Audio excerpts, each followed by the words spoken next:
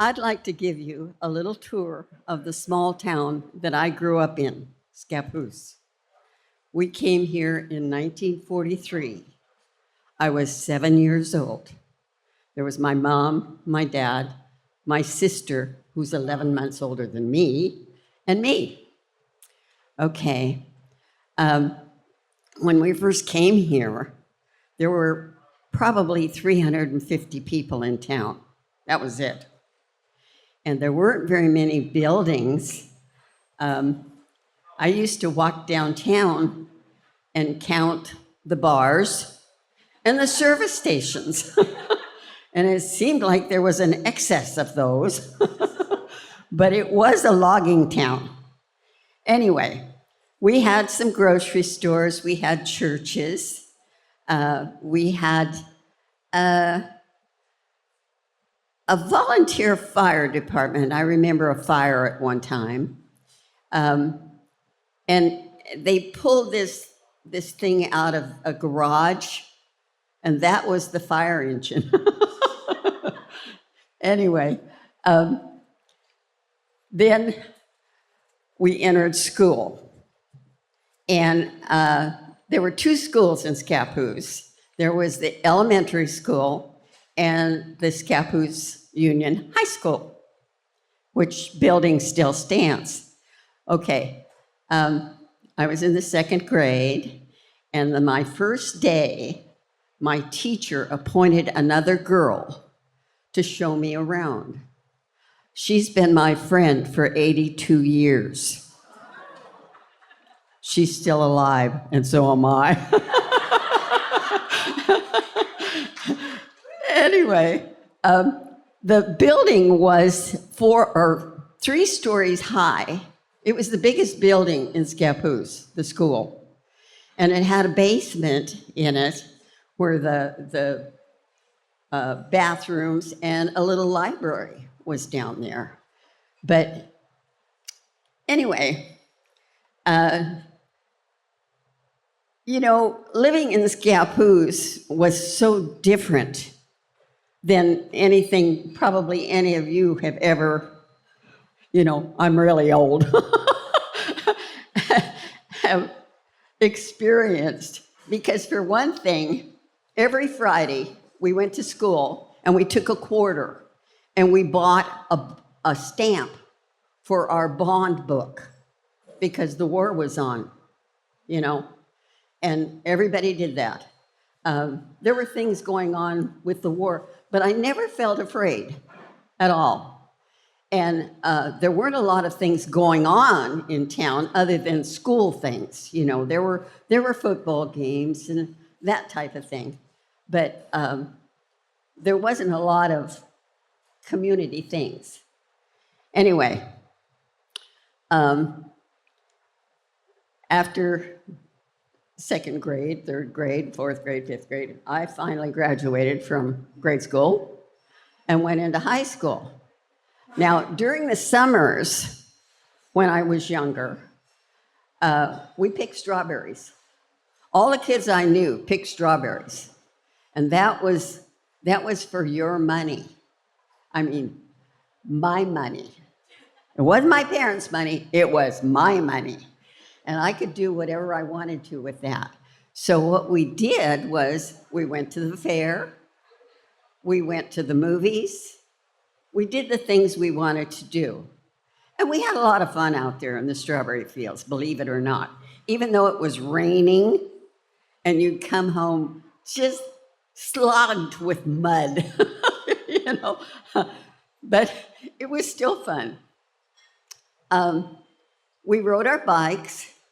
We swam in the creek until polio came along, and then you weren't allowed in the creeks anymore. We could ride anywhere and be safe. There was, as far as I know, there was no crime.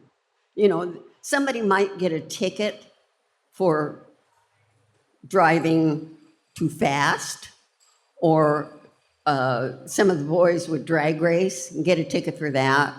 But nothing very serious went on. So it was a safe place. a very safe place. And high school was normal high school for probably everybody. You know, you join the clubs, you do all the things, you serve at the dinners. It was great. It was absolutely great. Well, after I graduated from high school, I wanted to get out of this town. I wanted to go to the big town. So I grabbed the Greyhound bus. That was the transportation around here. There was a Greyhound bus depot in Scappoose, and it was a little tiny hole-in-the-wall place that had the telephone, what do you call it? The board where they plugged people in. Yeah, that also sold the bus tickets. Anyway, so I went to Portland, I went to Meyer and Frank's, and I got a job on what they called Center Aisle. And there were a lot of young girls on Center Aisle. And we sold everything that they sold in that store. One day you might be selling fish eggs. The next day you could be selling bakery goods.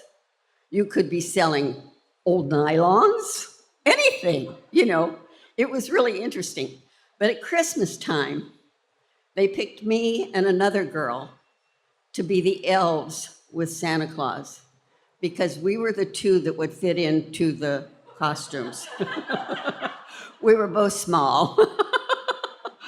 Anyway, it was a ball. We took the pictures of the kids as they sat on Santa Claus's lap. We kept the kids in line, stuff like that. Then afterwards, this was a month or so after they came to me and they gave me a clipboard.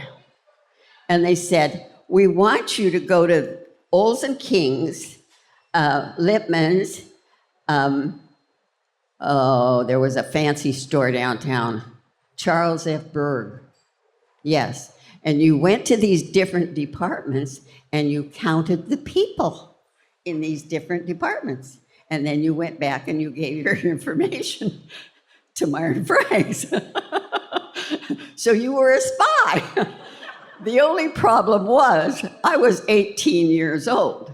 And when I went into Charles F. Berg, and I had to go to the third floor where they sold really expensive stuff, they took one look at me and they knew I didn't belong there. And they looked at the clipboard, you know. It was really embarrassing. Anyway, after that, I made $139 a month. So I decided I needed a better job. So I went looking for a better job, and I got an office job at Janssen. And that allowed me to get an apartment with two of my friends. And so the three of us, lived together for several years in different apartments, you know. We never had money problems because we didn't have a car. We just, you know, rode the bus everywhere we went. And of course, our parents would keep their eyes on us and come in and see how things were going. And I'll never forget, every time my folks came in, my dad would sidle up to me and he'd say, have you got enough money, honey? I'd say, yeah. Pretty soon it was my mom saying the same thing. You got enough money? Yeah, I got enough money. Anyway, it was great. And I worked at Janssen for probably 3 years. And the boy that I was engaged to was in the Marine Corps, and he came home on leave, and we got married. Well, when he came home for good, he got a job, and we decided to stay in Portland for a while. And then I got pregnant. And after I had my little boy, I didn't want to stay there anymore. I didn't know my neighbors. I didn't know anybody. Where out here, I had family, I had friends. And I said, let's go home. So we did. We came out here, and we bought a little house in a new subdivision. And the first thing that happened, one of the ladies that was already living there knocked on my door, and she said, would you like to meet your neighbors? And I said, yes, I would. So she had a coffee. And all the gals came for the coffee. So that way, the next time a new neighbor came in, it was my turn to go knock on her door and see if she wanted to meet everybody. And that way, we knew everybody in that little area. And at one time, there were 30 kids, 30 little kids in that area. And they were all about, everybody had somebody to play with. It was great. It was absolutely great. Well, after 22 years, I got a divorce. And I moved into a different house that I'm still in on the corner. And I was a single mother for a while. And but I want to tell you, I watched Scappoose grow. It didn't grow a lot during the war years, but after the war, slowly but surely, little things would happen, like we got a drugstore, or we got a hardware store, or we got this kind of store, or that kind of store. And pretty soon, it was a nice little town, but it was still very small. And then something happened that brought Scappoose to people's notice.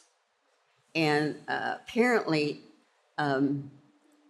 it happened because of some developers here in town. They decided that, we needed more people.